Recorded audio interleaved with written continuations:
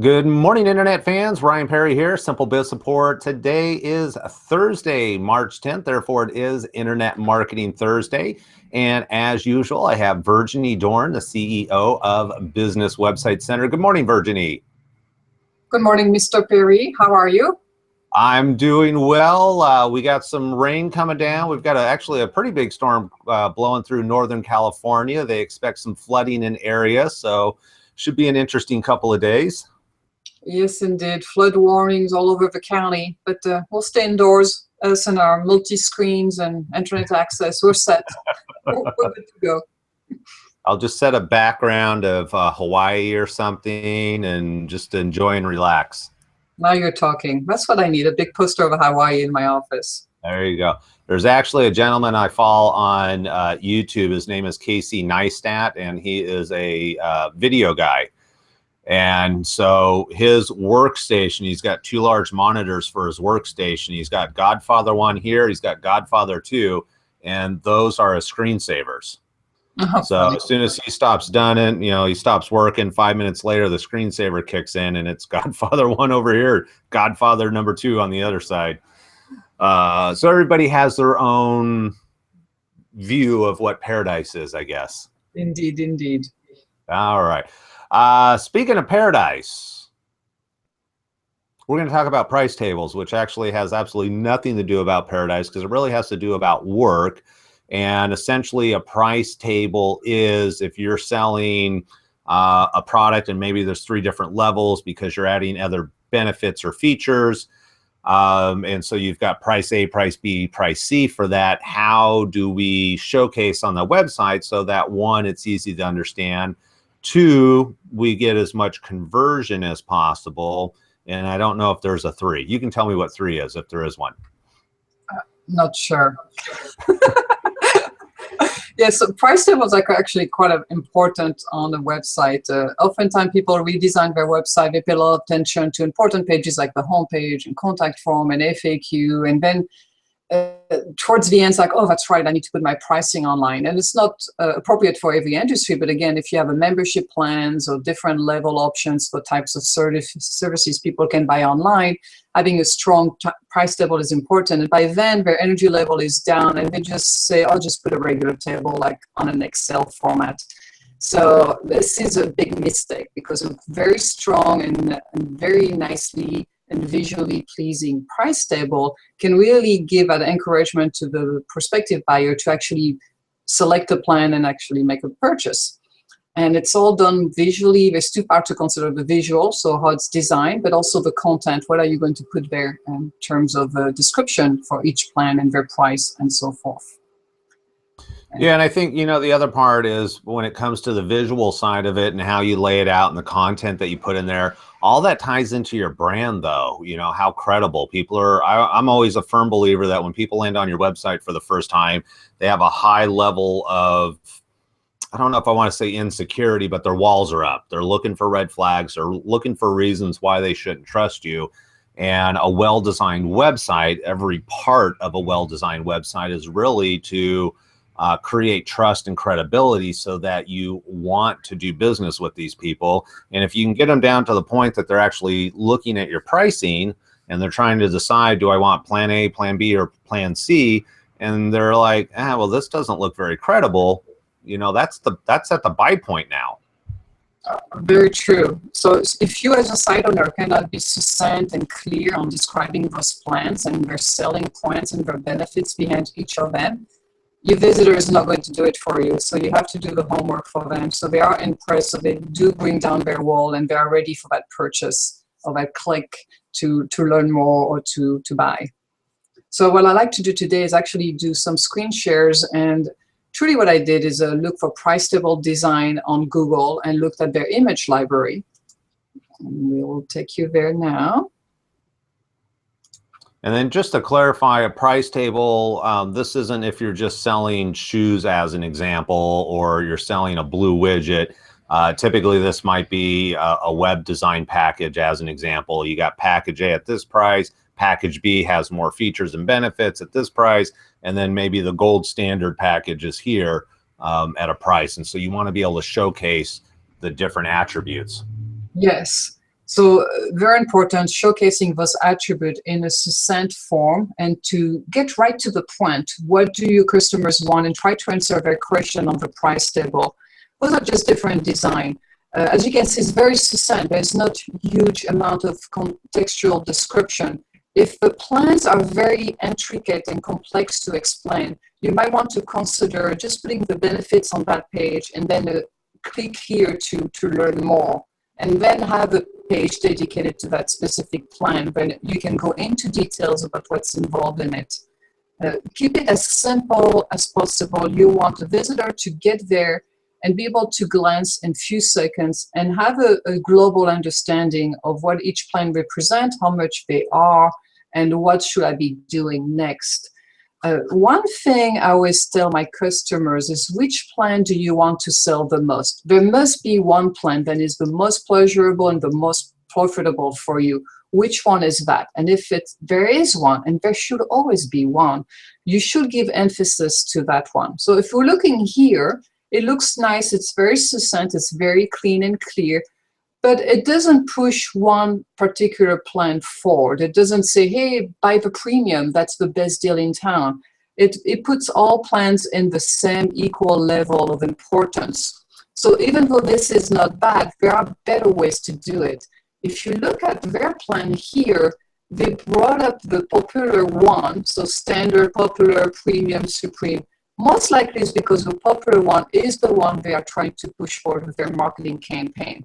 So they give it a bigger importance, some shadowing to create that 3D effect, a different color scheme, still matching the rest of the table so it all looks harmonized and unified. But nonetheless, right away you can see then $37 per month, that's the popular plan, that's the one a lot of people are going to click on. This is a different way to do it. So each plan here is color-coded. I like that. I think it's easier on the eyes. And again, the popular one is their professional plan. And that one as well is brought forward into the design. Again, very succinct. Another recommendation when it comes to the content, if you want to show the benefits, what's in it for this plan, what's included, what are you going to get out of each plan, try to keep every benefit on one single line. If you start making a sentence out of it with verbs and adjectives, now you lost the reader. They don't have time. They want to see free setup, unlimited bandwidth, transaction fee. They want to see this very, very easily. This is a different one, also very cool. This one has a very simple color scheme, but again, they brought up one plan as being most important. So as you can see, little design element, as long as they match your overall branding and design of the website, it's very complementary to the overall experience of your visitors. I love call to action. I love when it has like colors, like this Pro plan is $49 per month. The sign up now is red, just like the little graphic behind the price. Somehow it all makes sense. Everything is lined up nicely, easy reading. Another way to put emphasis on the most important plan is to either get a ribbon. I mean, here you can see they put a little ribbon. So again, they're really trying to push that plan. There are different ways to do it. Yeah, some of the ones that I like, even though they may bring one out or put a ribbon on it, the other thing that I think is really important is having some sort of message that this is the most popular. And essentially you're creating social proof. You're going, do I want this one or this one? Well, this is the most popular one. I guess I'll follow the crowd and go down that road. That will help with conversion. The other thing, I've seen a couple of them recently, and I really don't like it, where maybe they have 4 plans and the call to action button, the buy now button, is all gray on all 3. Except for their primary plan that they want to sell is actually colored. And to me, when you start getting that gimmicky, I don't like it, because everything's grayed out except for the one primary plan that they want you to buy. If If you got 3 or 4 different plans, showcase all of them. And it's that subtle change or that subtle hint that says, hey, this is the one we want you to buy. And basically what you're doing is you're standing out from the crowd, and that's why they're going to be more likely to buy that. Yes, I agree with you as well.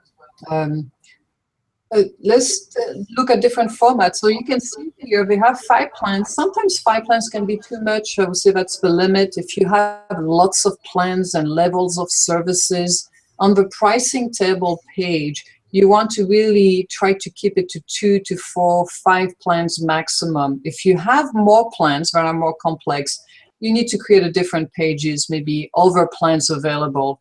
Again, otherwise you're losing the whole purpose of that landing page. Here they have 5 of them, and I think they did just fine. They do have, as you can see, the level actually goes up in height, which I think is kind of cute. But take a look at their plan name as well. So let's go back to the importance of the content. Try to give each plan a memorable title, interesting, but still it has to define what the plan is for. So if you're selling for businesses, maybe one plan is small business, medium business, large business. Perhaps it's premium and basic. Here it's bee, rabbit, elephant, dino, and network. It's very cute. So if you have a little bit of a niche market and your marketing is kind of a little quirky, you can get away with naming your plan different cool titles that make sense for your visitors. So again, always go back to your target audience. Does the way you present your plan make sense to them? Do they get it right away, or do you have to explain to them what dino, why are they using the word dino here? If it doesn't make sense right away, just go back to regular, basic, premium, professional, whatever you prefer. Yeah, the other thing I would like to say is that when you're designing these out, you're not really going to know how they perform until you actually put them in place. And this is an area where A/B testing could be really important for increasing conversion. And A/B testing is making a single change. Maybe instead of calling it Dino, you go back to the professionals, the silver, gold, platinum level, and you do a 50-50 test where you run 50 with the animals, you run 50% with the business name, and you compare your conversion rate over time and see if there's a difference between the two. If there's a sizable difference, then you go with the one that converts more, and then you might look at the call to action. Instead of buy now, click for more information or something like that, and see if those make a change. That's something I was just talking to a client yesterday who sells billiards online, and he wasn't sure if his billiard website was working out well, and it's really not a great design. And so I told him, I go, look at Amazon, because Amazon is the leader. They're the ones that discovered if you wait 1/10 of a second, they lose 2% conversion. They do crazy A/B testing all the time to ensure that they're getting maximum value out of every visitor. Yes, and A/B testing doesn't have to be expensive. I think some business owners, especially small business owners, are thinking, oh my gosh, I don't have $10,000 to give to a marketing company. It doesn't have to be that expensive. We're looking at 2 price table pages, link them differently throughout your website, put some analytics behind, wait 3 months, and then gather the data and see what happened. And typically there is a significant difference between the two. Maybe on one page they do click the plan of your preference, and the other design they don't. So again, you're looking at 90 days if you have a semi-popular website to get some strong data to be able to analyze which A or B versions will work best for you. So yes, A/B testing, talk to your web designer, see if that's something they offer, or talk to Ryan, and he totally knows about that. Thank you for that. And we're just about out of time, so I don't know if you have a wrap-up speech for this one. Mainly is just pay attention to your price table, make sure it converts properly. Just give it some thought. Think of your target audience, what they want to see. Be succinct, be right to the point, skip the adjectives and the verbs. Really, I know you want to say everything that plan offers, but your readers are not going to read it. So it's really bullet points, 4 to 6 max, price per month, per year, per day. Make sure you're specific on the price item, and do some A/B testing if you can.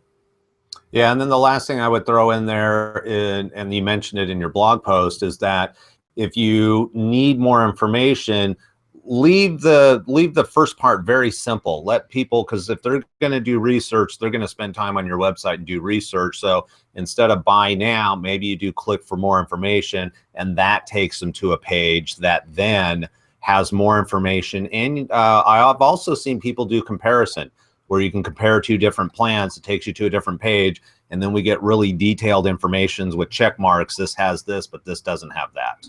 Yeah, I agree. So, all right. Perfect. That's it. We are out of time for today's show of Internet Marketing Thursday. We will be back here same time, same place, same computer. Virginie, as always, I appreciate the time and energy that you put into the show, and we hope that the viewers out there watching are getting some value out of this. We're always appreciate any feedback or questions or comments that you have. Yes, feel free to ask us. Ryan and I always make ourselves available to answer your questions offline. All right, perfect. With that, that concludes today's show. We will see you next week. Take care, everybody.